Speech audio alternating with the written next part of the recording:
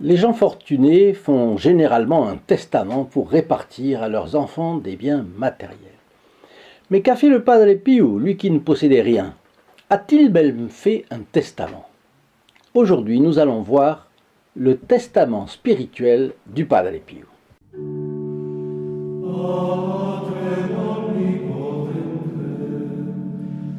Chers amis fidèles du Padre Pio, bonjour. Nous allons donner un aperçu du testament spirituel du Padre Pio et en guise de clôture, je vous laisserai une prière au cœur immaculé de Marie qui est magnifique et vous pourrez penser déjà à qui vous pourriez confier aux intentions de Notre-Dame à la fin de cette vidéo. Donc le père Riazenzaniero nous raconte ceci. Soulignons ce qui nous semble être le testament du Padre Pio. Ce sont des lettres, et voilà le Padre Pio qui dit dans une de ses dernières lettres, je pense. Dans mon action sacerdotale, je n'ai eu qu'un seul modèle, un seul point de référence, Notre-Dame. Et je crois que je ne pouvais pas agir autrement. Je ne pouvais pas trahir ma mère. Comme un instrument docile entre les mains de Notre-Dame, j'ai voulu toute ma vie purifier les âmes. Je voulais les parer de bonnes intentions, tant en absolvant, dans la confession, qu'en refusant l'absolution à la confession. Je voudrais donc m'envoler au ciel à l'appel de la Sainte Vierge, et je voudrais que mes filles spirituelles, mes fils et mes filles bien sûr, autrefois on parlait comme ça, s'y envolent de même, sans plus d'obstacles et sans autre référence. Et pour la prière, tout comme j'ai essayé de garder les yeux dans les yeux de la Mère Céleste, je voudrais que mes filles spirituelles fassent de même. Et par charité, je voudrais que chaque cœur devienne une Casa Sollievo della Sofferenza. Vous savez, c'est l'hôpital du Padre Pio, où on traitait tout le monde, les riches comme les pauvres, sauf que les pauvres, on les traitait gratuitement, et avec la même science que les riches, la même qualité de soins. Donc, je voudrais que tout le monde, tous les cœurs de mes filles spirituelles soient un Casa Sollievo della Sofferenza, maison de soulagement des souffrances, où la Vierge soit la maîtresse absolue et exclusive. Je souhaite que mes filles spirituelles apprennent à voir la Sainte Vierge sous cet éclairage, afin d'éviter le déclin de leur vie spirituelle et l'ignorance des adversaires. Curieux, qu'est-ce que ça fait là au milieu, l'ignorance des adversaires? Eh bien, Padre Pio nous incite donc à ne jamais ignorer les adversaires, c'est-à-dire le diable et ses complices. Par exemple, ils vont tout faire maintenant, aujourd'hui, pour que vous oubliez de partager les vidéos du Padre Pio. Ou alors que vous trouviez que non, vous avez autre chose à faire, alors vous oubliez, vous allez faire quelque chose et après vous allez l'oublier. Quand on veut partager, on le fait tout de suite. Et pas cette vidéo aussi, mais d'autres, choisissez. Et que vous oubliez aussi le bien que vous pouvez faire aux âmes en les faisant bénéficier des mérites d'une sainte messe. Oui, qu'est-ce que c'est que la sainte messe? Le renouvellement non sanglant du sacrifice sanglant, du chemin de croix, du calvaire et de la croix. C'est-à-dire là où notre Seigneur Jésus-Christ nous a rachetés. Le salut du genre humain s'est accompli là.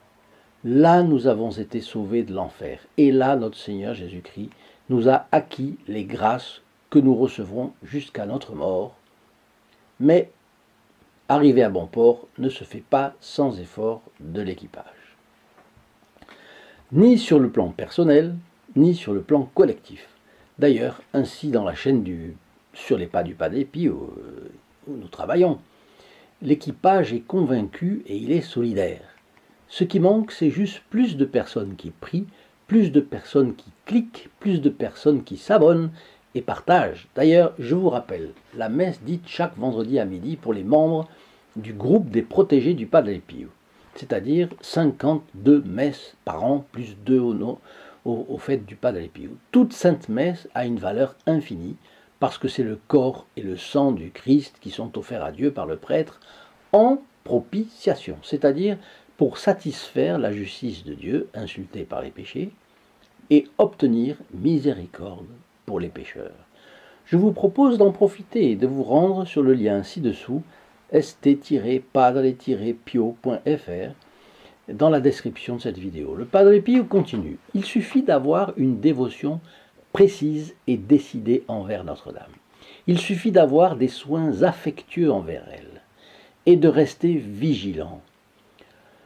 Enfin, d'être passionné pour elle, d'être enclin au bien, attentif à ne pas se laisser entraîner dans les mauvaises voies de ceux qui méprisent les choses humbles. Si mes filles spirituelles sont convaincus de cette foi et de cette dévotion envers notre très sainte Mère, j'estimerai ne pas avoir travaillé en vain en ce monde, et dès ma mort, je reposerai en paix. À son tour, le père Yazenzanilo, qui a trouvé ces textes, ajoute: après avoir relu ces dernières dispositions du Padre Pio, tellement chargées de sens, il faut garder présent à l'esprit son affirmation qui va jusqu'à nous obliger, à cause de sa volonté clairement exprimée.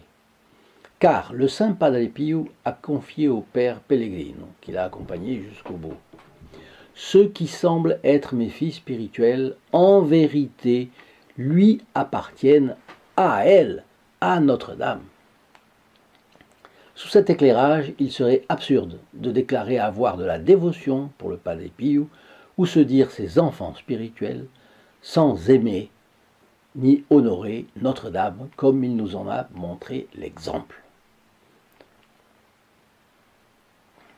Je vous laisse maintenant la prière au cœur immaculé de Marie, extraite du dévotionnaire Manado Christan.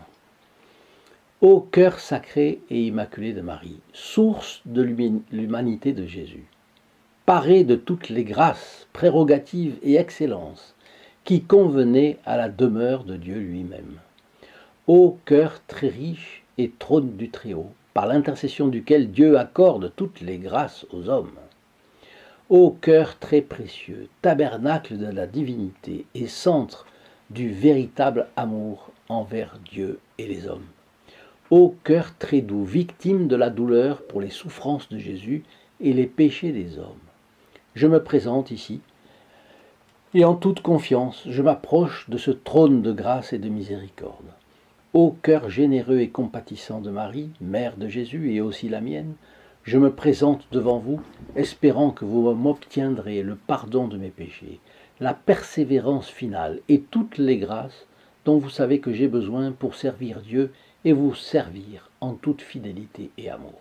Je vous implore aussi pour la conversion des pécheurs. Ayez pitié de leur triste état. Ô Notre-Dame, éclairez-les de la lumière qui est votre Fils. Obtenez-leur la grâce d'une vraie contrition de leurs péchés et allumez dans leur poitrine le feu d'une vraie charité. Ces grâces et d'autres, dont vous savez que j'ai besoin, je les attends de votre affection maternelle avec une telle confiance que je les tiens pour acquises, puisque vous êtes le refuge des pécheurs, la santé des malades, la consolatrice des affligés, le secours des chrétiens et la mère de la divine grâce. Vous n'avez pas oublié, Notre-Dame, que Jésus, en expirant, vous a donné la mission de nous prendre pour vos enfants. Bien qu'indignes, nous sommes donc vos enfants, et vous êtes notre mère. Et c'est en tant que tel que nous vous invoquons. Et parce que je suis le plus misérable de tous, je m'autorise de ce droit de vous saluer dans cette vallée de larmes en disant: ô ma mère, me voici votre fils. J'ai confiance que mes cris toucheront votre très saint cœur. Ainsi soit-il. À bientôt, à demain.